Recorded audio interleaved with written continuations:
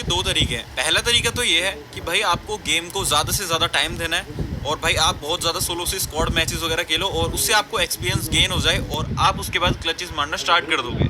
पर लेकिन वो चीज़ तो आप ऑलरेडी कर ही रहे हो, राइट। आप गेम को टाइम भी दे रहे हो पर फिर भी आप क्लच नहीं कर पा रहे हो। तो दूसरा तरीका ये है कि भाई आपको इस वीडियो में मैं सिखाने वाला हूँ अपने क्लचेस के थ्रू कि मैंने उस सिचुएशंस में कैसे भाई फाइट को हैंडल किया, क्या डिसीजन मेकिंग करी जिसकी वजह से वहाँ पे मैं क्लच कर पाया। और नेक्स्ट टाइम जब आप क्लच करने जाओगे तो आप भी सेम वही डिसीजंस लेके बंदों को मार पाओगे। तो मैं यहाँ पे रिकॉल वगैरह उठा रहा था, तभी यहाँ पे एक स्क्वाड आके हमारे पे रश कर देती है।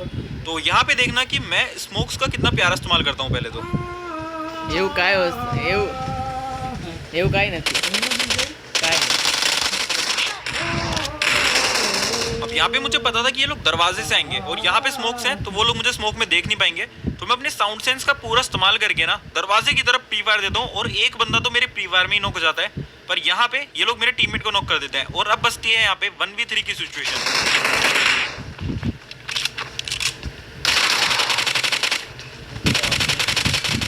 कभी भी ना बंदों को खुद को घेरने मत दो। अब यहाँ पे मुझे पता था कि लेफ्ट राइट दोनों तरफ से बंदे मेरे पे रश कर सकते हैं, तो मैं लेफ्ट साइड में मोली फेंक देता हूँ ताकि इन लोगों को राइट साइड से ही फाइट लेनी पड़े मेरे पे। और ये लोग भी मेरे ऊपर एक मोली फेंक देते हैं।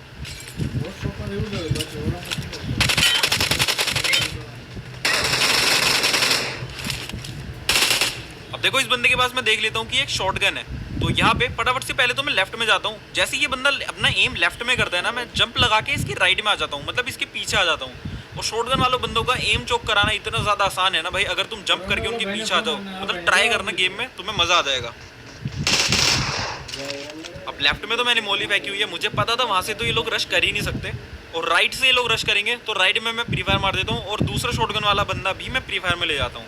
अब बचती है 1v1 की सिचुएशन और मुझे पता था कि वो बंदा सामने वाली साइड अपने बंदे को रिवाइव दे रहा था। अब देखो यहाँ पे ना लास्ट वाले बंदे से फाइट लेने के लिए मेरे पास दो ऑप्शन है, या तो मैं सीधा जाऊँ और उस बंदे को मार दूँ, पर लेकिन उसमें रिस्क है क्योंकि बंदा प्री फायर मेरे को ले सकता है। दूसरा ऑप्शन ये है कि भाई राइट में स्मोक हो रखा है, स्मोक के अंदर से मैं जाऊँ और उस बंदे को मार दूँ।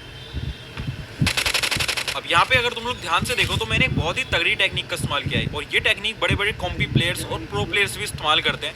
तो यहाँ पे मैं जंप करते हुए इस बंदे पे रश करता हूँ, जिसकी वजह से इस बंदे को मेरे प्रॉपर फुटस्टेप नहीं आते और इसको पता ही नहीं चलता कि इसको कब प्री फायर देना है और कब मैं यहाँ पे इसके ऊपर रश कर चुका। अगर यहाँ पे नॉर्मली मैं इस बंदे पे चल के रश करता ना भाई, तो ये आराम से मेरे फुटस्टेप्स ले लेता और मुझे प्री फायर में ही ये मार देता। यहाँ पे क्लोज रेंज फाइट्स में जंप करके रश करने वाली जो चीज़ है ना भाई, इसको बहुत सारे कॉम्पी प्लेयर्स भी इस्तेमाल करते हैं, तुम भी कर सकते हो। इससे तुम्हारी फाइट को जीतने के चांसेस ना बहुत ज़्यादा बढ़ जाते हैं, ट्राई करके देखना। तो मैं जस्ट अभी रिकॉल होकर कूदा था याशना में एंड यहाँ पे मैं लूट वगैरह करने के लिए आया था, तभी मुझे सामने एक बंदा उड़ता हुआ दिखाई देता है।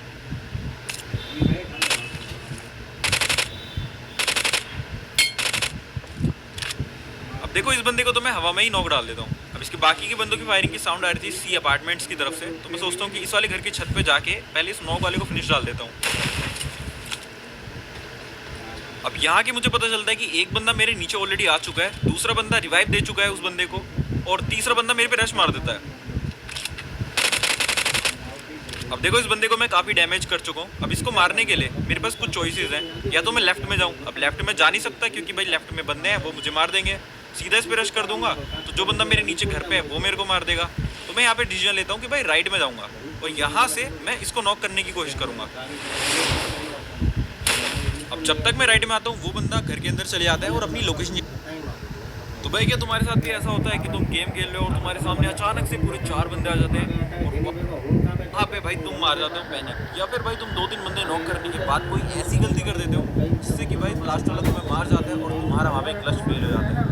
अगर तुम्हारे साथ ऐसा होता है तो भाई तुम बिल्कुल सही वीडियो पे आए हो, क्योंकि आज की इस वीडियो में मैं आप लोगों को सिखाने वाला हूँ कि आप इंटेंस सिचुएशंस में या फिर भाई पैनिक सिचुएशंस में कैसे क्लच कर सकते हो, क्या आपकी डिसीजन मेकिंग होनी चाहिए। अब देखो क्लच मारना अगर आपको सीखना है ना तो उसके दो तरीके हैं। पहला तरीका तो ये है कि भाई आपको गेम को ज़्यादा से ज़्यादा टाइम देना है और भाई आप बहुत ज़्यादा सोलो से स्क्वाड मैचेस वगैरह खेलो और उससे आपको एक्सपीरियंस गेन हो जाए और आप उसके बाद क्लचेस मारना स्टार्ट कर दोगे। पर लेकिन वो चीज़ तो आप ऑलरेडी कर ही रहे हो, राइट। आप गेम को टाइम भी दे रहे हो पर फिर भी आप क्लच नहीं कर पा रहे हो। तो दूसरा तरीका ये है कि भाई आपको इस वीडियो में मैं सिखाने वाला हूँ अपने क्लचेस के थ्रू कि मैंने उस सिचुएशंस में कैसे भाई फाइट को हैंडल किया, क्या डिसीजन मेकिंग करी जिसकी वजह से वहाँ पे मैं क्लच कर पाया। और नेक्स्ट टाइम जब आप क्लच करने जाओगे तो आप भी सेम वही डिसीजंस लेके बंदों को मार पाओगे। तो मैं यहाँ पे रिकॉल वगैरह उठा रहा था, तभी यहाँ पे एक स्क्वाड आके हमारे पे रश कर देती है। तो यहाँ पे देखना कि मैं स्मोक्स का कितना प्यारा इस्तेमाल करता हूँ। पहले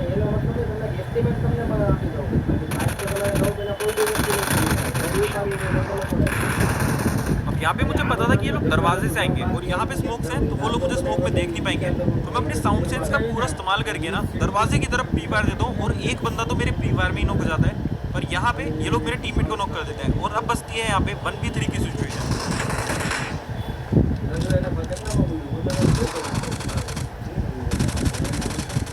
कभी भी ना बंदों को खुद को घेरने मत दो। अब यहाँ पे मुझे पता था कि लेफ्ट राइट दोनों तरफ से बंदे मेरे पे रश कर सकते हैं, तो मैं लेफ्ट साइड में मोली फेंक देता हूँ ताकि इन लोगों को राइट साइड से ही फाइट लेनी पड़े मेरे पे, और ये लोग भी मेरे ऊपर एक मोली फेंक देते हैं।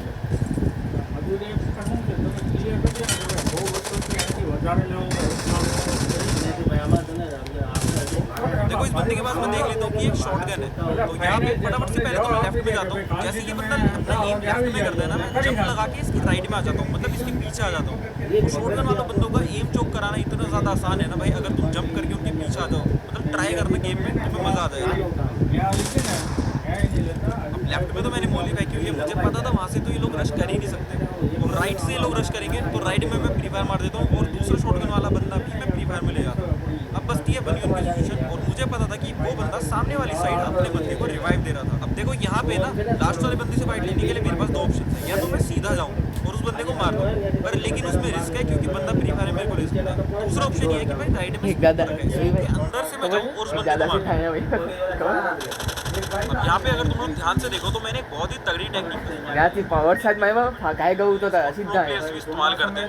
तो यहाँ पे मैं जंप करते हुए इस बंदे पे रश करता हूँ, दादा येवा देवा इसकी वजह से इस बंदे को मेरे प्रॉपर फुट स्टेप नहीं आते और इसको पता ही नहीं चलता कि इसको कब फ्री फायर देना है और कब मैं यहाँ पे इसके ऊपर रश कर चुका हूँ।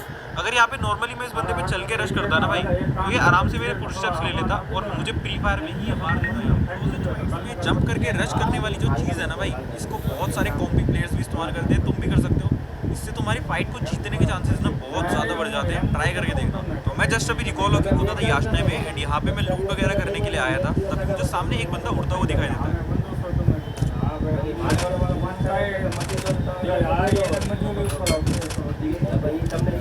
देखो इस बंदे को तो मैं हवा में ही नॉक डाल दूँ, बाकी के बंदों की फायरिंग की साउंड आ रही थी सी अपार्टमेंट्स की तरफ से, तो मैं सोचता हूँ कि इस वाले लोकेशन पे जाके पहले इस नॉक वाले को फिनिश डाल देता हूँ।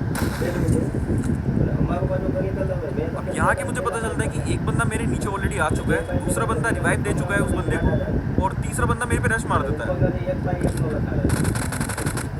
अब देखो इस बंदे को मैं काफ़ी डैमेज कर चुका हूँ। अब इसको मारने के लिए मेरे पास कुछ चॉइसेस हैं, या तो मैं लेफ्ट में जाऊँ। अब लेफ्ट में जा नहीं सकता क्योंकि भाई लेफ्ट में बंदे हैं, वो मुझे मार देंगे। सीधा इस पर रश कर दूंगा तो जो बंदा मेरे नीचे घर पे है वो मेरे को मार देगा। तो मैं यहाँ पे डिसीजन लेता हूँ कि भाई राइट में जाऊँगा, तो यहाँ से मैं इसको नॉक करने की कोशिश करूँगा।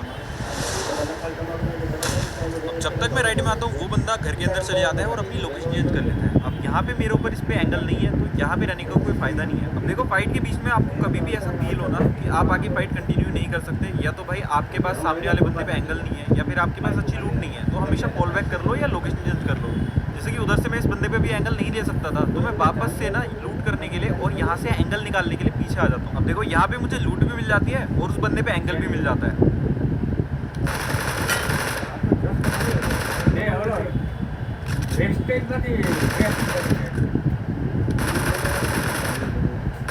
अब देखो एक बंदे को अच्छा खासा डैमेज कर चुका हूँ, एक को यहाँ पे नॉक कर चुका हूँ, तो यहाँ पे मेरे पास एक बहुत अच्छी टाइमिंग थी बंदों पे रश करने की। तो फटाफट से यहाँ पे पावर लगाता हूँ और रश कर देते हैं बंदों पे। और अभी पहले तुम ये पूरा क्लच देखो, उसके बाद मैं तुम लोगों को समझाता हूँ कि मैंने इन्हें कैसे मारा।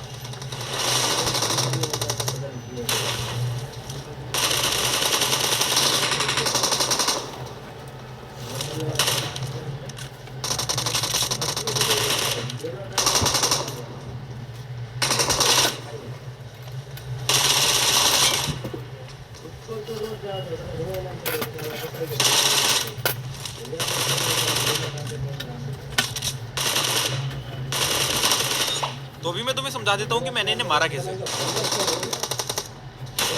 अब देखो यहाँ पे शेक के नीचे है 3 बंदे, सामने वाले घर पे एक बंदा है जो कि ऑलरेडी मेरे को सरप्राइज अटैक कर चुका है। अब यहाँ पे सबसे ज्यादा खतरा मुझे किससे है? तो सामने विंडोज से बंदा, जो सामने घर पे बंदा है उससे सबसे ज्यादा खतरा है। विंडोज में फ्री फायर मार देता हूँ। यहाँ पे एक और चीज का ध्यान देना, जब मैं उस बंदे को मार रहा था सामने विंडो वाले को, मेरा ध्यान पूरा फुट स्टेप में था इसके बाकी टीममेट्स। जैसे ही मुझे फुट स्टेप आया कि एक बंदा शेक के लेफ्ट में आ चुका है, मुझे पता था कि मेरे ऊपर एंगल आ जाएगा, मैं फटाफट से फायर करता हुआ राइट में आ गया और अब दोबारा इसको घुमाऊंगा।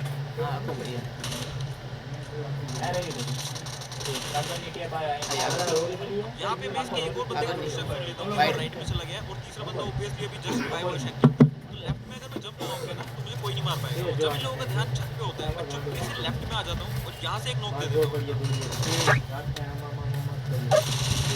देखो यहाँ पे मैंने दूसरा बंदा भी नॉक कर दिया और मुझे पैसा जो है ना, बाकी के पैसा दो जो है, बंदे इसको मुझे बचाने मतलब के क्या लिए है, एकदम डॉन? आएंगे, कवर फायर देने के लिए एकदम आएंगे। तो मैं ना ही उस बंदे को फिनिश करता हूँ, ना ही वहाँ पे 1 सेकंड का भी वेट करता हूँ।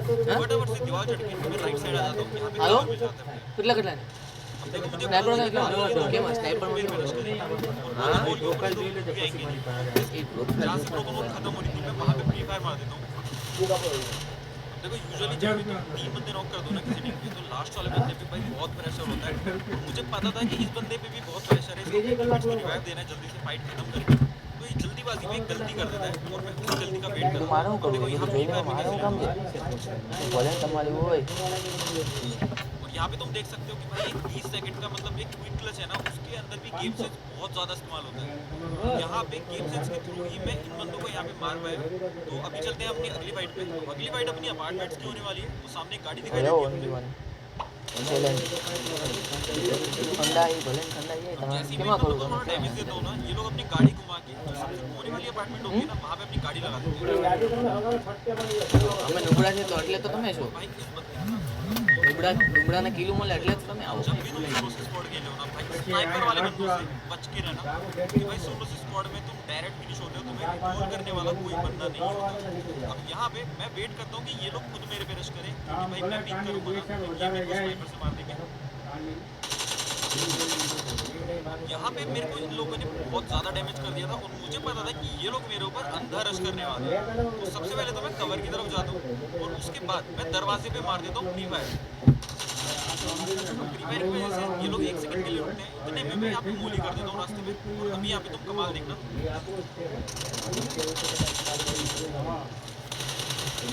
जैसे ही वो बंदा सामने वाले रूम में भागता है ना भाई, मैं समझ जाता हूँ कि इन लोगों का प्लान ये है कि ये चुपचाप से नीचे अपने टीममेट को रिवाइव देंगे, तब तक दूसरे वाला बंदा जो ऊपर मेरे पे रश कर चुका है वो यहाँ पे मेरा टाइम वेस्ट करता रहेगा, फाइट में मेरे को बिजी रखेगा, तब तक ये लोग रिवाइव होके मेरे पे रश कर देंगे। तो मैं चुपचाप यहाँ पे बिना टाइम वेस्ट करे नीचे जंप लगा देता हूँ विंडो से। और अब देखना, देखो मुझे पता था कि मेरे गन में एमो नहीं है और बंदा रश कर चुका है, तो अगर यहाँ पे बैठ कर रिलोड मारा तो मेरा मरना तय है। तो जितनी भी एमो है ना उसी से मैं फ्री फायर मार देता हूँ दरवाजे पे, और फ्री फायर मारते हुए पीछे आता हूँ रिलोड करने के लिए।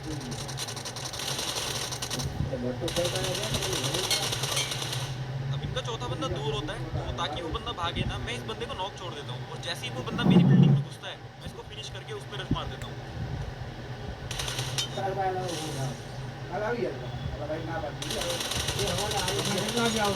तो गाइस आज की क्लास में हम लोगों ने सीखा कि किस तरीके से आप इंडोर फाइट्स में भी स्मोक्स प्लस साउंड सेंस का इस्तेमाल करके एनिमी से फाइट ले सकते हो। सेकंड चीज़ हम लोगों ने सीखी कि कभी भी आपको एनिमीज को खुद को साउंड नहीं करने देना है, मतलब एनिमी को खुद को भी करने नहीं देना है। ट्राई करना है साइड से आप लोगों से आगे। दूसरी चीज़ हम लोगों ने ये सीखी कि अगर किसी एनिमी को जैसे कि DPS शॉटगन, तो अगर किसी तरीके से आप जंप करके या फिर किसी भी तरीके से उसके पीछे आ जाते हो तो उस फाइट में जीतने की आपके चांसेस 95% तक बढ़ जाते हैं। चौथी चीज़, अगर आपको कभी भी फील हो कि आपके पास डिसएडवांटेज है या फिर आप फाइट नहीं कर सकते, वहाँ पे आप फॉल बैक कर लो या फिर अपना लोकेशन चेंज कर लो ताकि आप नया કેવું પડ્યો હતો बंदे को नॉक कर सको। સામે પેલું દાદુ છે ને પેલું અને બીજો आप उस फाइट के बीच તો ત્યાં પગ ને આ બાજુ નમી ગયો હતો उनका नेक्स्ट આપણે હું કેમ પડ્યો હતો પેલું નહીં ને બીજું બીજે દરથી ડાયરેક્ટ નીચે આવું ઓલું નતું ચાલે સિમેન્ટનું आपको अच्छे से इस्तेमाल તૂડનું હતું નીચે 7 पॉइंट हम लोगों બે ने ये सीखा।